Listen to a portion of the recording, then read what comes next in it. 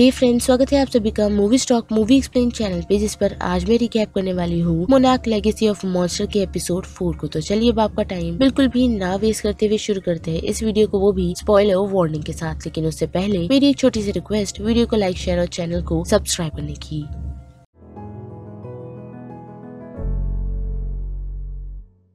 Episode 4 की शुरुआत 2015 हातू नाम के एक शहर से दिखाई जाती है, जहां हम डॉक्टर बार्न्स को देख पाते हैं, जिसे अपने ट्रांसमिशन पर कोई सिग्नल मिले हैं, जिसे चेक करने के लिए जैसे ही वो अपनी वैन में पहुंचती है तो देख पाती है कि उसे मॉन्स्टर के कुछ सिग्नल्स मिले हैं, जिस कारण वो मोनार्क में कॉल कर उन लोगों को इस बारे में इन्फॉर्म करती है। जिसके बाद ये सीन ली और बाकी सभी की तरफ बढ़ता है, जो सभी लोग उस मॉन्स्टर यानी कि फ्रॉस्ट वॉर से बचने की कोशिश कर रहे हैं, जिसने ली के दोस्त को ऑलरेडी मार दिया है और उसे बचने के चक्कर में केंटेरो उस पर फ्लेयर गन चलाने की कोशिश करता है, जिसमें वो चूक जाता है और बचते हुए वो सभी एक गुफा में आ छुपते हैं, जिससे वो लोग बच तो जाते हैं, लेकिन उसकी कदमों के आहट के कारण में गुफा के एक छोटे से होल में गिर जाती है, जिस कारण उसके पैर पर चोट लग जाती है और उसे ली शांत रहने के लिए कहता है ताकि वो फ्रॉस्ट वॉर उन लोगों पर फिर से हमला न कर दे। लेकिन उसके जाते ही मैं खुद को उस सिचुएशन से निकालती है और केन को यही कहती है कि उसे उसके साथ आना ही नहीं चाहिए था। जिसके बाद क्या वो लोग पूरा रास्ता चल रहे हैं, जिससे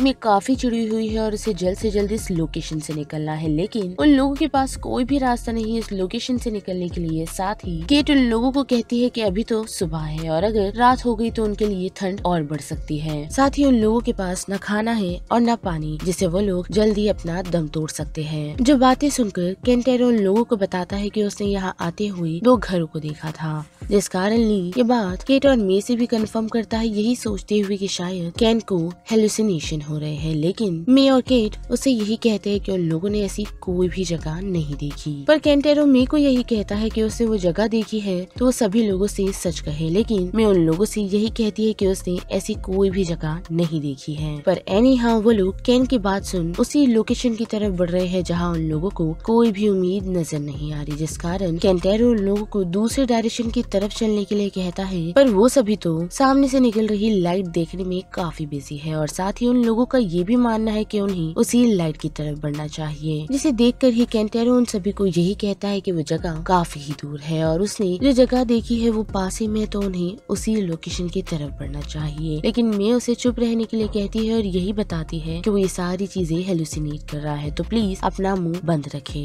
जिसके बाद क्या उन सभी की बहस हो जाती है, जिस कारण ली केंटेरो को अकेले जाने के लिए कहता है और वो सभी ली के साथ आगे बढ़ते हैं। और कुछ समय चलने के बाद हम देख पाते हैं कि केंटेरो ने अपनी उम्मीद छोड़ दी है, साथ ही उसकी हालत काफी खराब है, जिससे अपनी फादर की आवाज की हेलुसिनेशन हो रहे हैं, जिस कारण वो थोड़ा आगे बढ़ने पर बेहोश हो जाता है। और वही दूसरी तरफ बात करी ली और बाकी सभी की, तो वो लोग चलते चलते थक चुके हैं, खास करके मैं, जिसकी हालत धीरे धीरे खराब हो रही है। और अब केट का ये मानना है कि लाइट उनसे काफी ही दूर है, जो चीज केंटेरो ने उनसे सही कही थी। लेकिन उन लोगों को यहाँ से निकलना होगा या फिर ली के पास मौजूदा सामान से उन लोगों को एक रेस्क्यू कैंप बनाना पड़ेगा, जिसके लिए वो लोग अग्री कर जाते हैं। और ये सीन पास में शिफ्ट होता है, जहाँ हम केंटेरो को देख पाते हैं, जिसकी आर्ट से उसकी बॉस काफी खुश है। लेकिन केंटेरो का ये मानना है कि उसकी आर्ट अभी भी कंप्लीट नहीं हुई, पर उसकी बॉस जितना भी आर्ट उसका देख रही है उससे वो काफी इम्प्रेस्ड है और उसे एग्जीबिशन कंटिन्यू करने के लिए कहती है। साथ ही बात करें उसकी मॉम की, तो उसकी मॉम भी उसकी एग्जीबिशन को देख उसकी तारीफ ही करती है। लेकिन केंटेरो अभी भी अपने फादर को मिस कर रहा है, जिस कारण वो थोड़ा समय बाहर जाता है और अपनी आर्ट पोस्टर के कुछ पिक्चर्स निकाल रहा होता है। और उसी दौरान उसकी मुलाकात मे से हुई थी, जिसे ऐसा लग रहा था कि केंटेरो ने उसकी पिक्चर ली है और उसी कारण उन दोनों की बातचीत बढ़ती है, जिस कारण वो उसे एक बार में इनवाइट करता है और दोनों बार में जाकर काफी सारी बातें भी शेयर करते हैं और अपने प्रोफेशन के बारे में भी बताते हैं। जिसके बाद क्या वो दोनों केंटेरो के घर पहुँचते हैं, जहाँ उसकी आर्ट देख मे काफी इम्प्रेस्ड है और वो उसे ये चीज कहती भी है और साथ ही अपने आर्ट एग्जीबिशन पर वापस जाने के लिए कहती है। लेकिन केंटेरो वहाँ जाना नहीं चाहता, जिसके बाद उन दोनों के बीच करीबियां बढ़ती है, जिसे मिलने के लिए केंटेरो फिर तैयार है। लेकिन हम देख पाते हैं कि उसके जाते जाते मे के फोन पर लायरा नामक एक लड़की का कॉल आता है, जिसे वो पिक कर यही कहती है कि वो उसे प्यार करती है और जल्द ही लौट आएगी। और फिर क्या ये कहानी फिर से प्रेजेंट की तरफ बढ़ती है, जहाँ हम देख पाते हैं कि मे की हालत काफी खराब है और वो इस खराब हालत के बारे में अपनी बहन लायरा को बताना चाहती है, जो चीज चीज वो केट को भी कहती है क्योंकि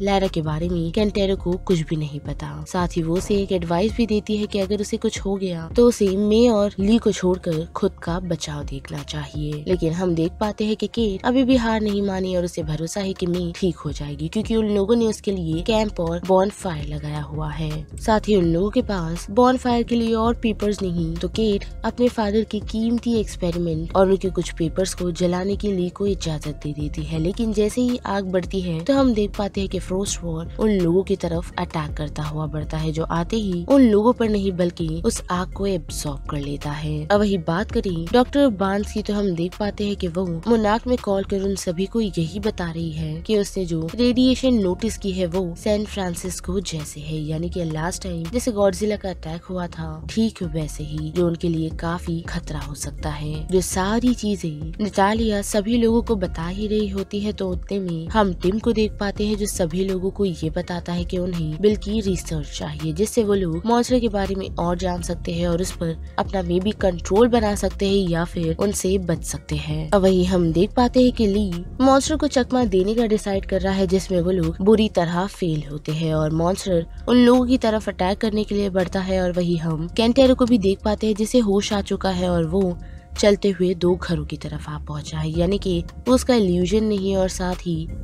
अंदर पहुंच उसे अपने फादर के विजन आते हैं जिनसे वो माफी मांगता है क्योंकि उसने एग्जीबिशन की उस काम को अपने बॉस को नहीं सौंपा। साथ ही उसने उसे सोल भी नहीं किया जिससे वो अपने फादर का सपना पूरा नहीं कर पाया, यानी कि एक कामयाब बेटे का। लेकिन हम देख पाते हैं कि उसके फादर उसे काफी खुश है और शांत रहने के लिए कहते हैं, जिसके बाद क्या उसे रियलिटी चेक होता है, यानी कि उसे फिर से रियलिटी नजर आती है और वहाँ घर के अंदर पहुंचते ही वो अपने आसपास काफी काम की चीजें देख पाता है। साथ ही वो टेबल पर फिर से पेंसिल्स के टुकड़े नोटिस कर पाता है और वही पास में रेडियो रखा होता है जिससे वो किसी को कांटेक्ट करता है। और हम देख पाते हैं कि मे और बाकी सभी जो उस फ्रॉस्ट जायंट से बचने की कोशिश कर रहे हैं उसमें उनकी हेल्प करते हुए और कोई नहीं बल्कि केंटेरो हेलीकॉप्टर लेकर पहुंचता है और वो सभी उस लोकेशन से बचने में कामयाब होते हैं। लेकिन उन्हें पता चलता है कि उन्हें बचाने वाला और कोई नहीं बल्कि टिम है, जो उनका स्वागत ही नहीं कर रहा बल्कि उनका वेट भी कर रहा है। लेकिन हाँ, जाते हुए ली ये नोटिस कर पाता है कि मे का लैपटॉप पूरी तरह फ्रोस्ट हो चुका है जिससे वो